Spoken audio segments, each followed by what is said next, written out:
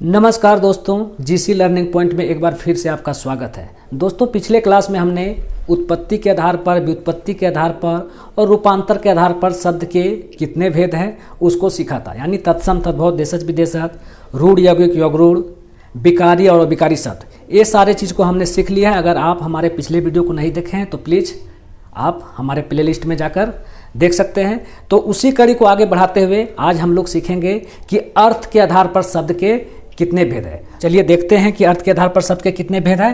तो अर्थ के आधार पर जो है शब्द के दो भेद है। क्या क्या?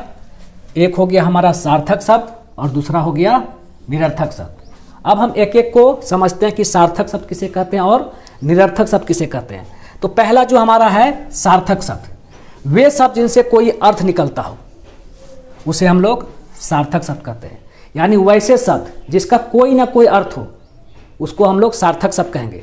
जैसे कि हमारा हो गया मानव, घर, रोटी, गाय, भैंस, बकरी, गंगा, हिमालय। ठीक है, तो कोई भी शब्द है जिसका कोई ना कोई अर्थ है तो वो हो गया हमारा सार्थक शब्द। ठीक है, दूसरा है हमारा निरर्थक शब्द। तो वे शब्द जिनसे कोई अर्थ नहीं निकलता हो, ठीक है, अर्थात वो अर्थहीन हो, उसको हम लोग निरर्थक शब्द कहते हैं। यानी वैसा शब्द जिसका कोई अर्थ नहीं निकलता, जो अर्थहीन हो, लेकिन बोलचाल में हम लोग उसका धड़ल्ले से प्रयोग करते हैं। इसको हम लोग एग्जाम्पल से समझ सकते हैं। जैसे कि हम लोग बोलते हैं मानव वानव, पानी वानी, रोटी वोटी, खेती बेती, खाना वाना।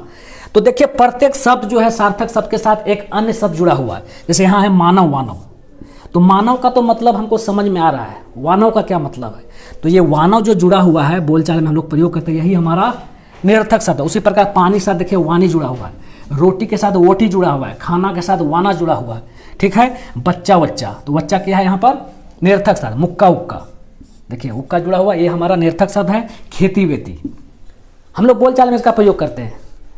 खेती बेती नहीं करेंगे, इस बार फायदा नहीं बुझा रहा है। तो वेती जो हम लोग बोलते हैं, वेती क्या है हमारा, इसका कोई अर्थ नहीं है, इसलिए क्या है निरर्थक शब्द।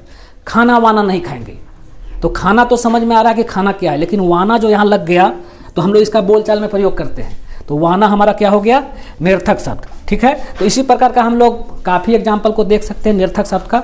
तो दोनों का अपना महत्व है। हालांकि निरर्थक शब्द का कोई अर्थ नहीं होता, फिर भी हम लोग इसका बोलचाल में धड़ल्ले से प्रयोग करते हैं। दोस्तों, सार्थक और निरर्थक शब्द को हमने भली प्रकार से समझ लिया है। अब हम देखेंगे कि सार्थक शब्द कितने प्रकार के होते हैं। तो सार्थक शब्द जो है वह 6 प्रकार के होते हैं। ठीक है, क्या क्या? तो हम एक एक करके देखते हैं। सबसे पहला है हमारा एकार्थी शब्द। तो एकार्थी शब्द किसे कहते हैं?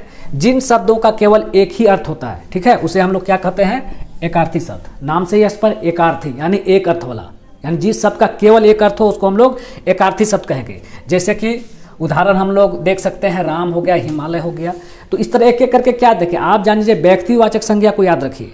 जितने भी व्यक्तिवाचक संज्ञा है वो एक अर्थ वाले होते हैं। ठीक है, तो समस्त व्यक्तिवाचक संज्ञा जो है वो एकार्थी होते हैं, बस यही याद रखना है। दूसरा है हमारा अनेकार्थी शब्द। ऐसे शब्द जिनका एक से अधिक अर्थ होता है उसको हम लोग अनेकार्थी शब्द कहते हैं। अनेकार्थी मतलब अनेक अर्थ वाला, यानी एक से अधिक अर्थ होगा तो उसको हम लोग अनेकार्थी कहेंगे। जैसे कि हम लोग कनक कहते हैं, तो कनक का कई अर्थ होता है। कनक का मतलब सोना भी होता है, कनक का मतलब धतूरा भी होता है, कनक का मतलब गेहूं भी होता है, यानी कई अर्थ होता है, इसलिए इसको हम लोग अनेकार्थी शब्द कहते हैं। उसी प्रकार है कर। तो कर का मतलब हाथ भी होता है, टैक्स भी होता है, एक प्रकार की क्रिया भी। तो इस प्रकार के शब्द जो है जिसका एक से अधिक अर्थ हो उसको हम लोग अनेकार्थी शब्द कहेंगे। ठीक है, तीसरा है हमारा पर्यायवाची शब्द। तो भाषा में जिन शब्दों का अर्थ समान होता है उसको हम लोग कहते हैं पर्यायवाची शब्द। यानी वैसे शब्द जिनका अर्थ एक ही होता है, ठीक है, यानी समान होता है, उसको हम लोग पर्यायवाची शब्द कहते हैं। जैसे आकाश, तो आकाश के लिए हम लोग कई शब्दों का प्रयोग करते हैं। नभ, नभ का मतलब भी आकाश होता है। गगन का मतलब आकाश होता है, अंबर का मतलब आकाश होता है, व्योम का मतलब भी आकाश होता है। यानी इन सारे शब्द का मतलब एक ही है। ठीक है, तो ऐसे शब्द को हम लोग पर्यायवाची शब्द कहते हैं जिसका अर्थ जो है समान हो। उसी प्रकार घोड़ा, घोड़ा का क्या हो गया, अश्व, घोटक, तुरंग, बाजी, सेंधव। तो हम कुछ भी बोलेंगे उसका मतलब घोड़ा ही होगा। तुरंग बोलेंगे, बाजी बोलेंगे, सेंधव बोलेंगे, सभी आदमी समझ जाएगा इसका मतलब घोड़ा है। ठीक है, उसी प्रकार पानी है। ठीक है, तो जल बोले, नीर बोले, तोय बोले, अमृत बोले, ठीक है, सभी का मतलब पानी ही होगा। चौथा है हमारा विलोम शब्द। ठीक है, तो जिन शब्दों का एक दूसरे का विपरीत अर्थ निकलता हो, ठीक है, उसको हम लोग क्या कहते हैं, विलोम शब्द या विपरीतार्थक शब्द। विपरीतार्थक यानी विपरीत अर्थ देने वाला, ठीक है, यानी जिस शब्द का उल्टा अर्थ हो, वैसे शब्द जो एक दूसरे का उल्टा तो वे दोनों एक दूसरे का विपरीतार्थक शब्द कहलाता है। उसको हम लोग उल्टा शब्द भी कहते हैं। जैसे कि दिन, तो दिन का विलोम क्या हो गया? रात। पाप का क्या हो गया? पुण्य। दोनों को देखिए, दोनों एक दूसरे का विपरीत अर्थ दे रहा है। पाप बहुत खराब चीज़ होता है, पुण्य बहुत अच्छा चीज़, एकदम एक दूसरे के ऑपोजिट है, ठीक है। तो दिन का हो गया रात, अच्छा का हो गया बुरा। तो इसी प्रकार का अमृत का हो गया विष। तो विलोम शब्द को हम लोग समझ गए। पांचवा है हमारा श्रुति सम भिन्नार्थक शब्द। तो जिन शब्दों की ध्वनि एक जैसी हो या सुनने में एक जैसे लगे लेकिन उनका अर्थ जो है भिन्न हो, उसको हम लोग श्रुति सम भिन्नार्थक शब्द कहते हैं। इसके शब्द से ही पता चलता है श्रुति सम भिन्नार्थक। श्रुति मतलब होता है सुनना, सम मतलब समान, अर्थक मतलब हो गया अर्थ, यानी वैसा शब्द जो सुनने में समान लगे लेकिन उसका अर्थ भिन्न हो तो उसे हम लोग श्रुति सम भिन्नार्थक शब्द कहते हैं। जैसे कोश, कोश देखिए ये दोनों कोश है, दोनों में अंतर क्या है? तालव्य स्व है, यहाँ पर मूर्धन स्व है।